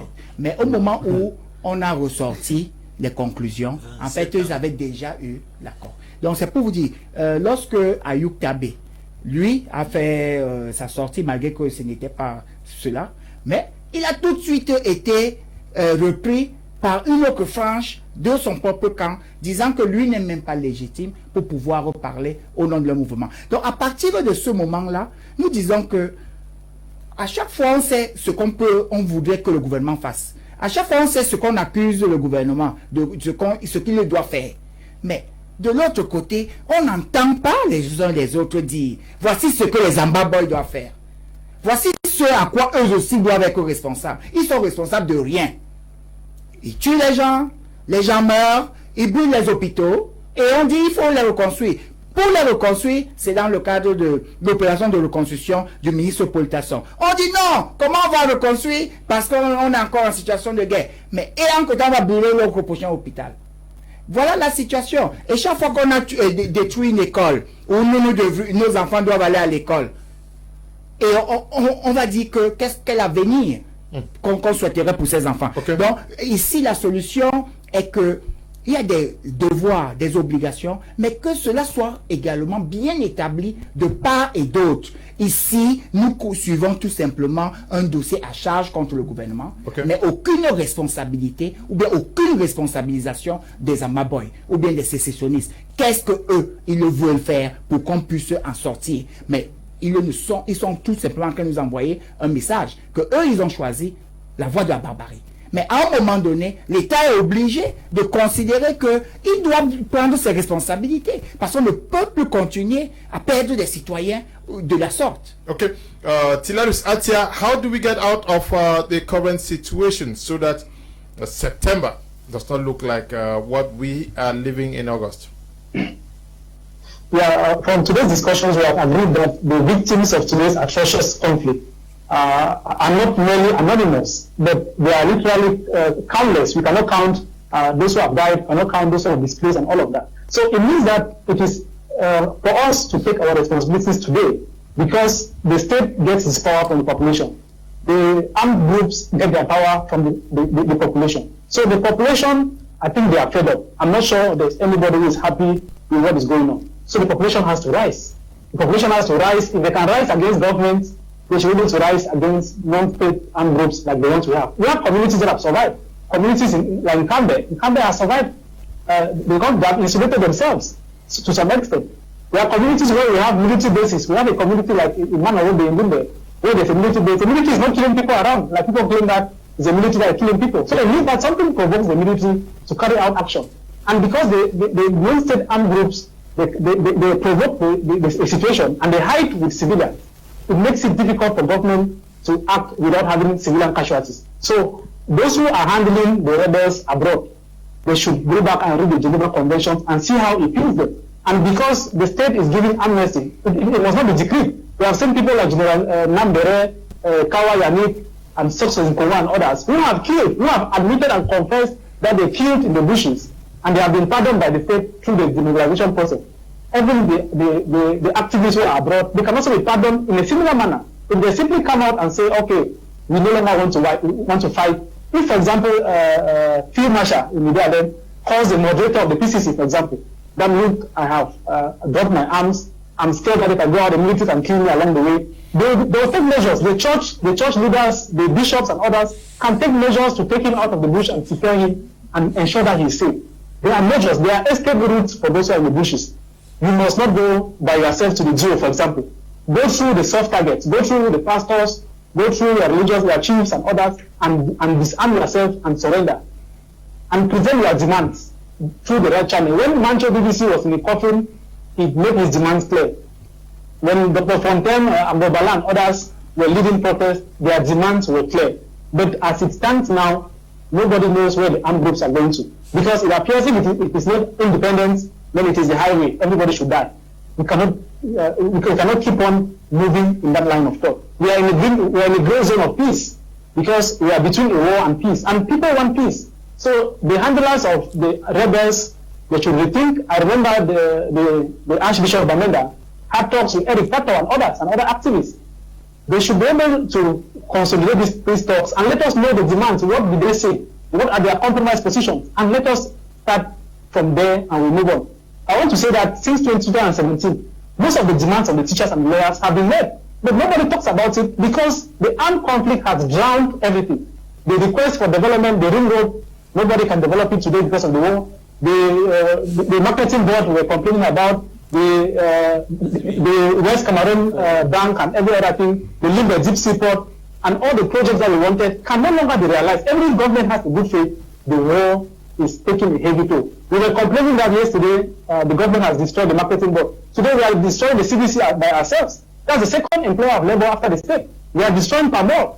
So we have to rethink, are we destroying the little that we have to get to a country that will never exist, or we preserve what we have and see how we can get more? Because we have fought enough, we have cried enough, and we cannot keep on crying. If a child is crying to the parent that, see, I'm hungry, and the parent brings food and the child continues crying, then there's something wrong somewhere.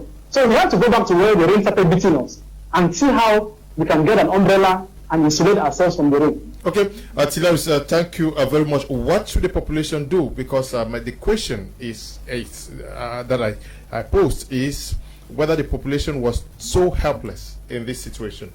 Mr. Leo, trying to bring in the population in this issue is like trying to condemn them the more. Okay. Because I'll be sincere with you, most of these people are sitting in their houses because of the fear of the gun and those machetes that you see out there. And so you will not expect that they should come out, except that it's going to be a unanimous coming out where everybody is coming out, and coming out meaning that they are coming, the whole population is coming out and entering into the bushes to get their brothers. But apart from that, Mr. Liu, I can encourage that, okay, you get out into the bush or you march out there. As you march and come back, those boys will kill you. That's just one proof that they are ready to do anything to make sure that they keep their part. But I think that we should be giving them this call, that I think it's time for them to have a compromise ground, because you can't keep on insisting on a position without at least for once giving a compromise, giving in to compromise. Some people were saying that there is, let us tell the government to go to Switzerland and talk with. I don't know if there is any Switzerland talks. We heard about that at a particular period of time, but I don't know if it is still on the table for talking. I don't know if the leaders abroad are ready to go and talk, because if they were ready, they would have also made the call. Because I don't think it's supposed to be just the government that should make this call. We should present our own position and say, okay, if you say you want to solve the problem, this is what we want. At this particular moment, like Tilario said, it is practically difficult to know what everybody wants. There are people who don't, they are just in there for themselves. They want their money and they are feeding fat out of it, while others are actually out for a genuine cause, that, okay, we want to separate, we want an independent state. But I'll be sincere, not everybody is out for that. They are divided factions that are existing in this thing. So in order to bring all of them together, it's going to be not an easy issue. Okay, and so, Mr. Leo, I'll call on the leaders of the movement, or say of the fight, the revolution, to bring definite positions and also draw compromise positions, which they believe that at least if things go to a particular state, they should be able to pick that as a means out of the situation. Because we are not just talking because we are talking. People are dying, and life is actually becoming too difficult in Cameroon. So they should do something so that our mothers, brothers, and sisters can live well. Okay, Barrister Nguve Williams, writing from Boya, says, good evening, Leo and panelists. I lack words to describe the shock I felt seeing the gruesome beheading of a girl based on an allegation by her killers. This cross-blame game is so indecent. If we continue in this way, then we are heading for doom. Let's condemn this independently and not lean it on any other happening. Good evening to you, Council. Glad to know that you're watching. from Boya.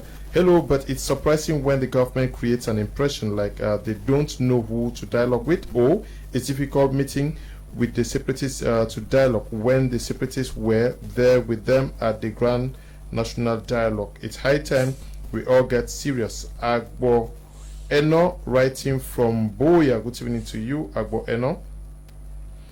Bamenda Boy says, please stop playing that video over and over. It makes me feel uncomfortable.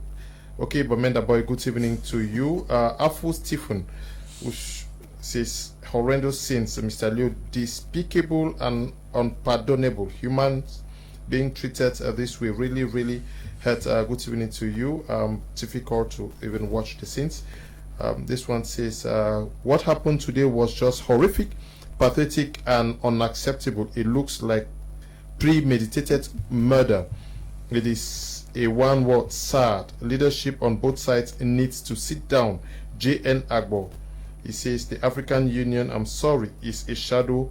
Okay, this one says, my name is Nga Alfred. Hi, good evening to everyone there in the studio. Please, I just want to come to the killing that just happened today in my village, Ndu subdivision under Nkambe. The military came in my quarter, enter in one woman's, remove them out with the two sons and told the mother to go back without the mothers knowing they killed those two boys for no reason. The same village where they did terrible massacre last 14 February. Okay, these are the things that people need to condemn. Good evening, wise men. My worry here is that our condemning left and right is healing no fruit, so government should come down from the high horse and see how they can end this war. Our people are suffering. Kazor is writing from Loom. Good evening to you. Paul writing from Kumba says, Paul Ngong from Church Street, Kumba. Greetings to all the panelists on board. It's quite unfortunate when two lions are fighting. It's the grass that suffers. Where shall we run to? May God help us. Okay. Daniel writing from Boya says, good evening, Mr. Liu and panelists. This act of Makanga killing should not be taken lightly, as some of the panelists justify their argument. Let's stop calling the government, but look forward how we can solve this problem, because Cameroonians are dying. Lord have mercy. Good evening to you, Daniel. This one from Boya says, the barbaric incident in Moyuka is the worst, taken us back to the Hitler times and should be condemned, going a long way, citing the government weaknesses in protecting its citizens of southern Cameroon and bringing long-lasting solution. When will all this end? Lots of blood lost already. Greetings, Mr. Kum, Kashmir. Good evening to you, Kashmir. Okay, this one says, good evening those in the panel. It's Maxim writing from Sancho. It's true that nobody has the right to kill, but I have a piece of advice to the civilians. Please let them stay out of what can make them exposed to such things. Good evening to you. Kudos to you guys. I'm enjoying the talk show, but I'm not happy because Kani people like bitter heart against the government should have been called. Let's hear them out, okay? This one is writing from Yaoundé. Good evening to you. Titus writing from Boya says, good evening, Mr. Liu. Wazizi was not killed by the Amber Boy. Mata was not killed by Amber Boy. Okay, good evening to you. This one says, hello there, everyone in the studio. I really love the program, Mr. Liu. Ray is writing from the United States of America. Good evening to you, Ray. This one says, my heart bleeds watching the sacrilege. Why kill all new girls and teachers in their vicinity? Those who said the military should leave should now speak. Mao Johnson is writing from Moyuka, where this thing happened. Okay. Good evening, Mr. Liu and the panelists. I think two elephants are fighting and the grass is suffering.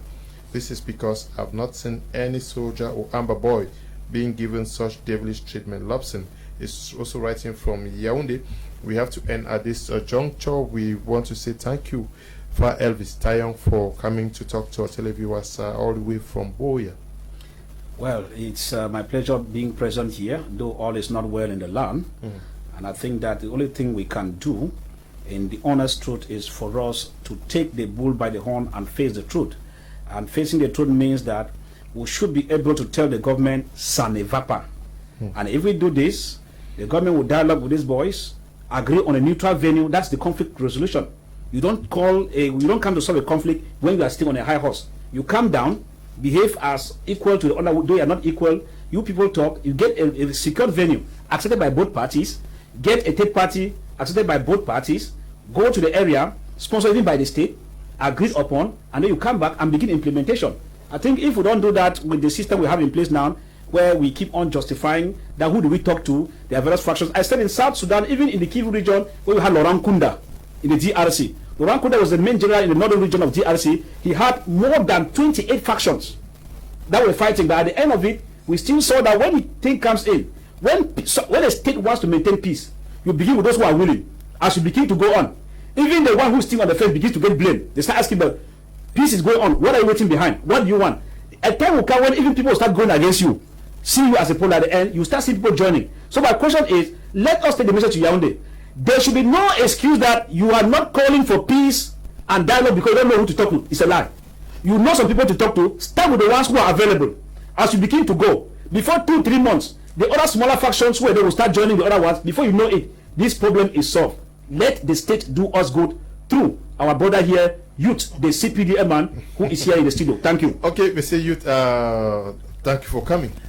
Oui, le plaisir est pour moi.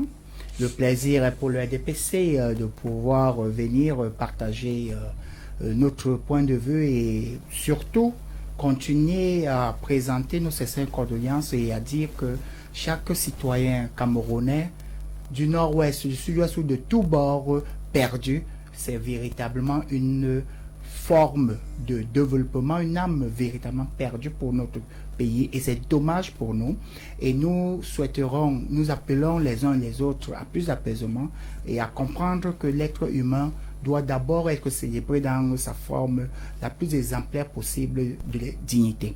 Autant que nous demandons l'exemplarité au niveau du gouvernement et de l'armée, autant aussi que du côté des sécessionnistes, ils doivent eux aussi savoir que même lorsqu'on a une revendication, on le doit l'amener dans le sens humain, humanitaire et de dignité. Thank you, Mr. Leo. Good evening to people of Fiango Kumba, my last quarter. Donc, it's very pleasure for me to. Voilà. Donc c'est we are glad to have donc you. Je salue tous mes anciens amis et mes frères de Kumba parce que nous avons une très longue histoire. Okay. Good evening to everyone in the studio. All these killings are sacrilege and unforgivable. Why are those executed by the military in a village? Niangabu left out of this program. Engineer Joe from Boya, a fervent follower of Prime, more grace to Far Evistayong. Engineer Joe, we are getting information of what is happening there in the course of this program. Maybe we come back to it. Thank you for coming. Thank you, Mr. Leo, and thank you to all of you watching us out there. I want to end by saying that I think it is time for the government to stop playing the ostrich and actually make sure that the problem is solved, because you can't keep on bringing up cosmetic solutions to a problem that is actually existing and taking more lives, and you keep on playing the ostrich. It is time to go to the northwest and the southwest, the northwest and southwest, and solve this problem by dialoguing with those like Fire actually said. It is necessary that you meet up with those who are available to make sure that this problem is solved. We are speaking because lives are going every day. Okay. The situation in the country is getting worse and worse, and hunger is taking the lives of a lot of children. So I think this problem needs to be solved. Okay, Tasu writing from Bamenda says, good evening, Mr. Liu. The government should call for a ceasefire so that all the killings can stop. Good evening to you, Tasu. Good evening to all in the studio, brothers. We are in the business of condemning barbaric acts as the war is going on. Please, in addition to condemnation, we should tell this government that they should put a stop to their agenda of assimilation of English people, then sit on the table and solve the problem. Monday is writing from Limbe. Good evening to you, Monday. I'll take a few messages. I hope time permits. This one says, good evening. Let the government solve this issue, please. We are tired, okay? This one says, good evening. Mr. Liu, let the people stop using the word Cameroon is one and indivisible, okay? Carl Kasan-Kiang is writing. This one says, this barbaric act is terrible, and in Mankwi in Bafut subdivision, a married man above 50 years was pulled out of his house before his wife and the children and shot by the military last Sunday morning. He will be buried tomorrow as the score was completely shattered. We are now turning to be animals who are being barbaric without any human feelings. God should save us. Brother Chebesi Marcus writing from Mankwi in Bafut. Good evening to you all watching us from Bafut. Bamenda. Mr. Leo, the population is helpless because even the military and security also key. Mr. Leo, Cameroon needs a cleansing. Government officials have brains tired, and the United Nations have. Okay. This one says, can we clear on this issue of this international community? Who are we really referring to? Where are the headquarters of this so-called international community? We know the UNAU. Okay, Victor Ndifozu writing from Boya. And good evening to everybody watching us across Cameroon. We are glad you took time off to watch us. Tilaris Atia, thank you for being part of this edition of the program. Thank you very much, Leo, for extending this invitation to me. Just to conclude by saying that the responsibility of protecting the civilians lies with government, and government should not disappoint the masses. They should be able to protect the civilian population. And also that government, it appears the infighting is not only within the ranks of the non-state armed groups. It appears government has their own infighting. I read the story on Afrique, which is suggesting that the head of government and another power base at the presidency are fighting over, they are disagreeing as to how they can get to peace, they can get to dialogue, and get to talks. So I think they should agree and see how we can come out of this problem, because the population is suffering. Also, the population in the villages, those who have children in the non-state armed groups, those whose relatives are there, they should talk to them. They should see how they can talk to them and take them out of the bushes. The priest and every other person should see how they can get to talk to the people who are in the bushes and get them out. Those who have established contacts with the secessionists abroad, the likes of Eric Pato and others, we have the Archbishop of Bamenda and others who have been talking to them, Senator Belan Pichas and others who went there to talk to them. They should keep on with the contacts and see how we can get out of the problems we have. And we should give peace a chance. I think it's for our interest as a population. Okay, we equally want to thank you all who took time off to watch this program, and the production team. We say stay blessed. Bye-bye.